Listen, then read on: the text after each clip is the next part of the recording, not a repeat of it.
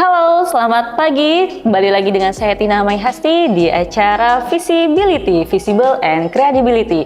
Oke, saat ini saya sedang bersama dengan salah satu kepala program studi sastra Indonesia, yaitu Bapak Yuyus Rustandi MPD. Sudah ada di sebelah saya. Halo Bapak Yuyus. Halo, Assalamualaikum. Apa kabarnya nih Pak? Baik. Baik ya Pak ya. Alhamdulillah terlihat sangat cerah sekali hari ini, sumringah ya Pak ya. Oke, ya. Bapak sebelumnya nih, bagaimana sih perasaan Bapak nih ketika diundang di acara Visibility ini? Oh, tentunya sangat senang sekali. Ya, saya bertemu dengan Bu Tina, dengan Humas Visi, begitu ya. Paling tidak mengenalkan Indonesia, sastra Indonesia ke masyarakat. Oke, ini Pak Yuyus ini sangat dari schedule yang padat ini ya, saya Pak bisa nggak ya? Akhirnya Bapak bisa menyesuaikan jadwalnya ya, luar biasa Pak Yuyus. Terima kasih loh ya Pak Yuyus ya. Tapi sebelumnya Bapak pernah tahu nggak ada acara Visibility ini?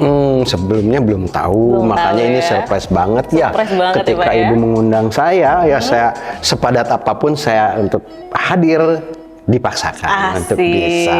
Oke, Pak Yuyus, nih Bapak kan sebagai kepala program atau ketua program studi sastra Indonesia nih ya Pak ya.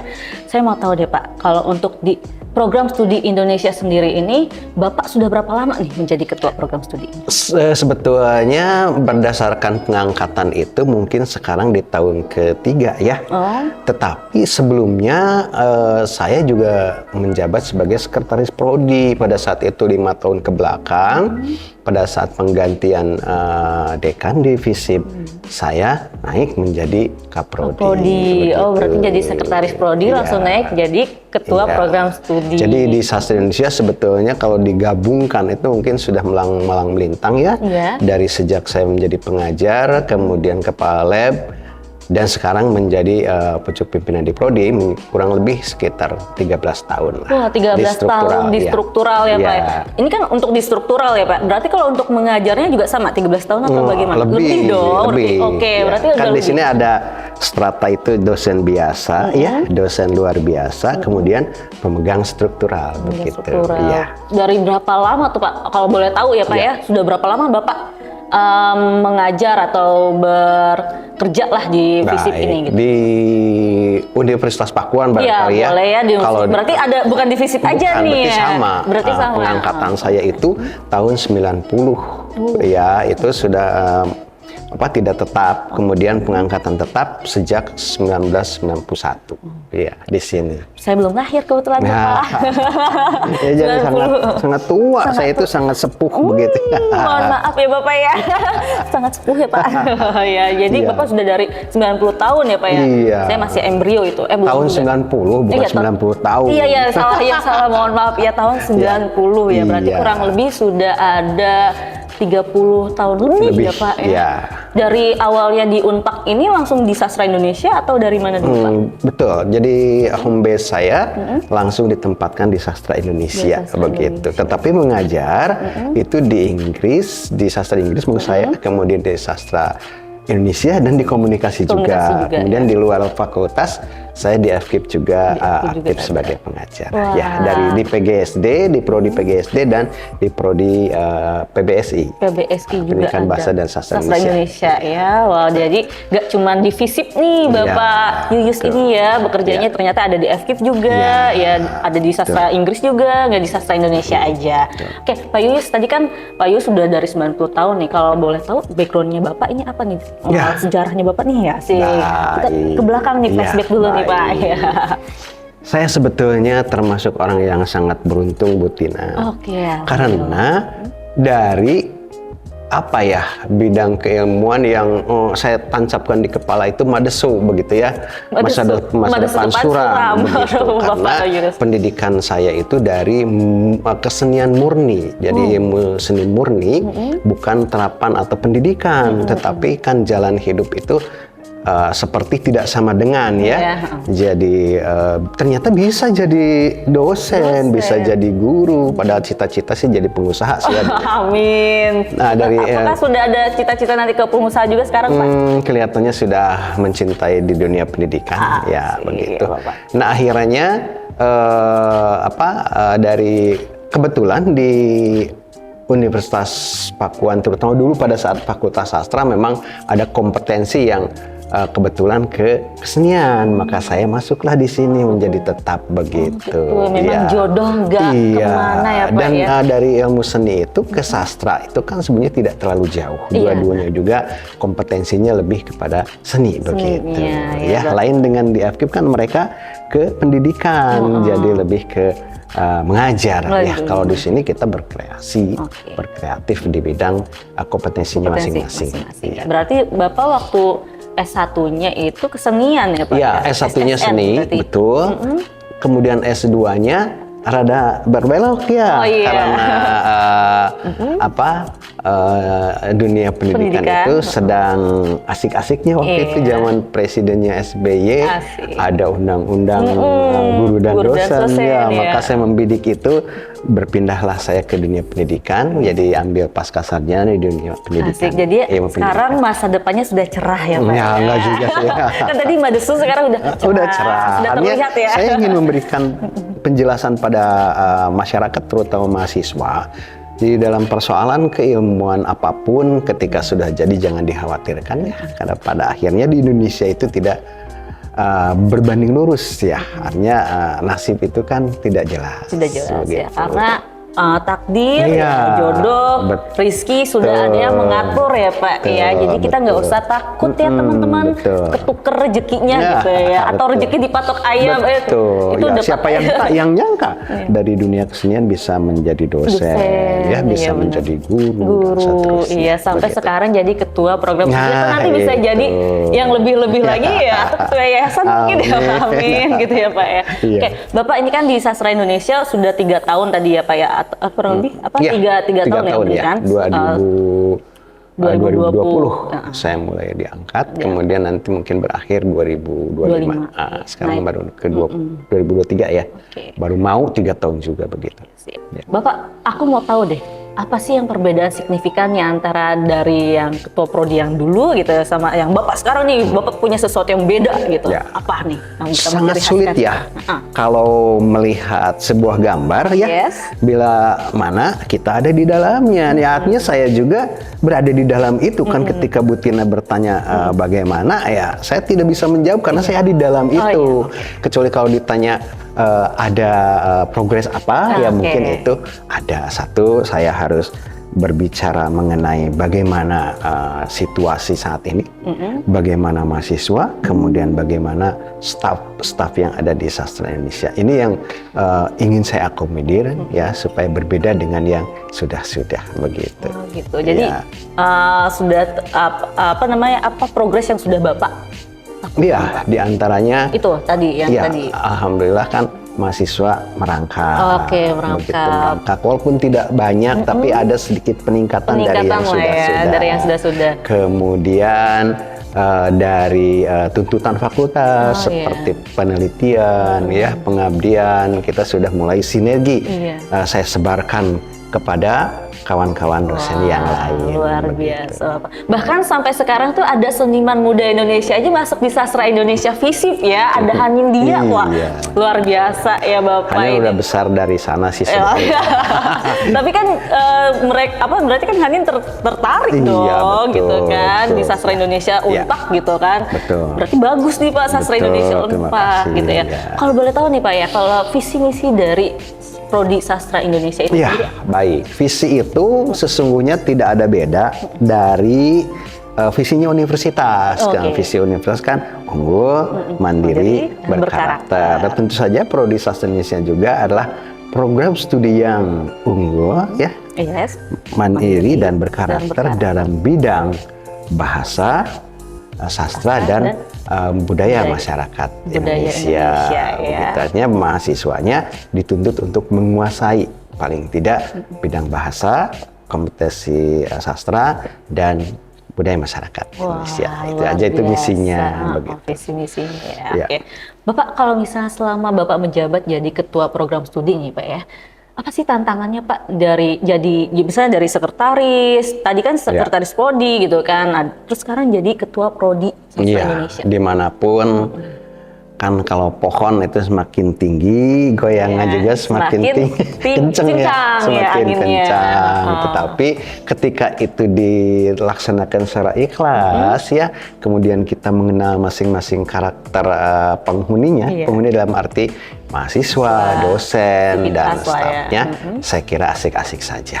Begitu. Jadi dibawa enjoy lah ya Pak, apapun pekerjaannya, apapun masalahnya, yang penting kita enjoy. Betul. Ya. Oke Bapak, itu kan tadi udah tantangan nih. Kalau suka dukanya nih Pak. Nah, suka duka jadi apa nih? Jadi prodi dong, jadi dosen, jadi jadi tenaga pengajar di sukanya adalah apapun yang pengabdian yang dipersembahkan oleh saya itu bisa diterima oleh semua stakeholder ya, baik di prodi Sastra Indonesia sendiri maupun di prodi-prodi yang lain, itu sukanya. Ya tentu saja kalau dukanya sih hampir tidak ada ya, karena saya menemukan butim, menemukan teman-teman yang baik, kemudian situasi kerja juga yang enak, lingkungan kerja juga yang nyaman, itu barangkali yang membuat saya katakan saya belum merasa ada duka begitu ya. Jadi di Sastra Indonesia. Memang benar-benar Pak Yuyus ini orangnya humble ya. Terlihatnya sepertinya family man sekali ya Bapak ya. Terima kasih. Mohon maaf Pak, kalau boleh tahu Bapak sudah punya anak berapa? Saya termasuk yang sudah sepuh, tetapi masih dalam tataran muda karena saya belum punya cucu. Anak saya satu, sekarang masih skripsi di bab 4 di UNJ. Jadi orang menganggap saya sudah kakek-kakek, sudah aki, tapi ternyata belum punya cucu. Anak satu. Iya benar deh ya.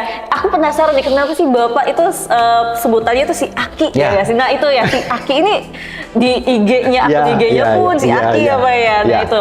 Sebetulnya menyadari ya bahwa di FISIB terutama saya sudah di tataran kepala 5 ya dibanding teman-teman yang lain, tapi yang lebih membanggakan saya bahwa Aki kadang-kadang itu kebanggaan di masyarakat Sunda, Ki Yuyus ya. Ki siapa? Ki Anu. Nah, Aki ini lebih kepada saya kan banyak menghasilkan mahasiswa yang banyak sejak tahun 91, bayangkan. Mereka sudah berkeluarga, mereka punya anak, tentu saja memanggil saya Kak. Jadi Aki. Itu saja barangkali ya. Gitu ya. Jadi kayak Ki Hajar Dewantara itu kan dari Aki sebetulnya. Dihormati. Jadi bukan Aki kakek-kakek. Kan kaki saya masih utuh. Gigi saya masih utuh. Rambut masih hitam gitu ya. Jadi itu ya ceritanya kenapa Pak Yuyus ini dipanggil si Aki gitu ya, karena udah melahirkan banyak para anak-anak bangsa sampai berkeluarga, bercucu cicit ya. Jadi cucunya itu dari mahasiswa kalau saya tidak dari anak sendiri. Karena sudah 30 tahun lebih ya Pak berkecimpung di dunia pendidikan ini, luar biasa ya Pak Yuyus. Bapak, saya mau minta statement Bapak nih ya Pak untuk calon mahasiswa di sana di luar ya yang mau masuk ke Sastra Indonesia barangkali gitu ya Pak. Kenapa mesti pilih Sastra Indonesia di Unpad, keunggulannya apa? Baik. Saudara-saudara, para calon mahasiswa ya, adik-adik dari lulusan SMA yang mau ke perguruan tinggi, jangan khawatir, di Unpad ya, di Universitas Pakuan, di Fakultas Ilmu Sosial dan Budaya ada program studi Sastra Indonesia. Apa yang saya janjikan di situ ada keasikan. Jadi persoalan sekarang ilmu seni murni, sebutkanlah sastra ilmu seni murni di Indonesia sudah tidak terkotomi lagi dengan persoalan entitas, karena dari ilmu murni pun bisa jadi guru, bisa mengajar ya, karena sekarang itu apalagi ada program PPG, saudara sudah bisa menjadi tenaga pengajar, itu formalnya. Kemudian di banyak hal lain, sastra Indonesia itu tidak terbatas terkungkung pada kreatif sastra. Ada yang di dunia usaha, ya, ada di sekolah, namun di perusahaan-perusahaan, ya. Kemudian insya Allah yang saya tahu dosen-dosen sastra Indonesia itu seperti Bu Tina katakan tadi banyak yang humble, lebih ke humanity, ya, jangan khawatir. gitu aja. Jadi jangan khawatir teman-teman ya, di sini kita dosen-dosennya pada humble. Lihat seperti Pak Yuyus ya walaupun sudah berumur katanya jiwanya masih muda. Kelihatan ya teman-teman ya. Ke bawah muda sama ibu. Alhamdulillah ya kalau ke bawah muda. Nanti saya ke bawah tua dong. Jangan. Tapi ada kelebihan, saya sudah mengalami tua, ibu belum tentu bisa bener. Jadi saya bisa belajar dari bapak. Nah, begitu. Iya bener ya. Jadi jangan pernah lupakan yang tua-tua. Salah ya teman-teman ya. Oke, jadi itu tadi adalah kenapa teman-teman calon mahasiswa harus masuk ke Sastra Indonesianya Universitas Pakuan ya, karena kita semuanya humble di sini. Humanity banget ya Pak ya. Oke, ini kan udah untuk calon mahasiswa nih Pak ya. Nah, sekarang harapan untuk para mahasiswa sastra Indonesia nih sekarang nih Pak. Baik, para mahasiswa yang sudah jadi mahasiswa ya. Berhati-hatilah saudara-saudara, karena kita dibatasi usia kuliah. Artinya PDPT, ada pangkalan data perguruan tinggi yang membatasi 7 tahun. 7 tahun ya. Jadi saudara hati-hati bagi mahasiswa yang melaksanakan cuti, kemudian sudah melakukan pembayaran tapi tidak aktif, itu hati-hati ya. Anda berbatas waktu. Jadi cuti itu dihitung. Cuti itu artinya tidak hilang waktu, tapi dia dihitung. Dihitung ya. Jadi 7 tahun itu masih dengan dihitung cuti ya. begitu, menghati-hati. Kalau tidak urgen banget sih jangan cuti kalau bisa. Itu harapan saya. Kemudian optimislah bahwa nanti sudah di masyarakat itu tidak ada istilah kesusahan. Selama mahasiswa semua kreatif dan mau bergerak. Nah, buktinya dari Pak Yus ini tadi dari kesenian ya Pak ya, bisa jadi mengajar yang awalnya tadi katanya madesu gitu ya. Sekarang jadi cerah. Cerah ceria seperti sekarang ini ya teman-teman ya. Bapak, aku penasaran deh, berarti kan dulu Bapak cita-citanya mau jadi apa tuh Pak? Ya pengusaha. Pengusaha itu ya, pengusaha karena sudah menganggap tapi bukan kesenian ya Pak? Iya, karena waktu itu ya namanya hidup kan bersosialisasi. Jadi saya kebetulan bertemu dengan pucuk pimpinan pada saat saya waktu itu ngamen. Setelah ngamen ketemu dan beliau yang mulia para pimpinan fakultas pada saat itu menempatkan saya untuk mengabdi di sini. Itu awalnya sih sebetulnya pertemuan kami dengan salah seorang pimpinan yang sekarang sudah ada di yayasan begitu. Wah, boleh di-spill Pak itu namanya? Aja. Ya, nggak boleh ya? Rahasia ya? Boleh? Boleh? Apa-apa? Boleh? Pak Jadi Ade. Bapak Ade. Saya udah tebak gitu ya. Kok bisa saya langsung tahu kayaknya Pak Ade. Iya. Ya, saya karena udah Pak Ade itu konsen dulu ke kesenian. Konsen sekali. Iya. Begitu. Beliau itu memang sangat Betina kenal kan ya sama beliau ya. Humble banget beliau tuh. Iya. Sangat friendly sekali orangnya. Bapak Ade Esnatawiri ya. Yes. Sekarang posisinya di pengawas, badan pengawas di yayasan. Itu.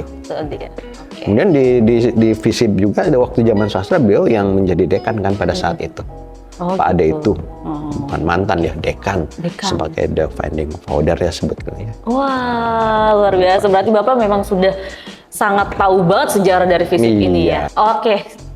Oke Bapak, terima kasih Bapak semuanya. Sama-sama. Ini kita, saya masih pengen banget ngobrol banyak nih sama Bapak, cuman kita sudah habis durasi kita ya Pak, nggak kerasa ya. Mungkin enak lain banget. kali ya kita ngobrol lagi ya Pak ya. Baik. Bapak enak banget ngobrolnya. Terima kasih. Juga, jadi saya juga nggak tegang. Terima kasih. Kan ketemu Bu Tina, makanya saya jadi expert begini. Kalau mungkin bukan Bu Tina yang membawakannya, saya juga jadi gugup ya. Gitu Pak. Makasih banyak Bapak ya. Bapak terima kasih untuk waktunya ya, untuk sama-sama. Dari tadi statementnya, dari semua pertanyaan, jawaban Bapak yang luar biasa. Terima kasih. Bapak ya. Baik, sobat FISIP semuanya di rumah, yaitulah bincang-bincang kami bersama Ketua Program Studi Sastra Indonesia Bapak Yuyus Sursandi MPD ya Pak ya. Terima kasih. Oke, terima kasih semuanya. Bapak nanti jangan lupa like, subscribe and share ya. Like, share and subscribe ya Pak ya. Tetap di Visibility gitu ya. Oke, 1, 2, 3. Jangan lupa subscribe, like, and comment begitu ya. Boleh. Oke, di Visibility. Oke, jangan kemana-mana guys. Tetap di Visibility, Visible and Credibility.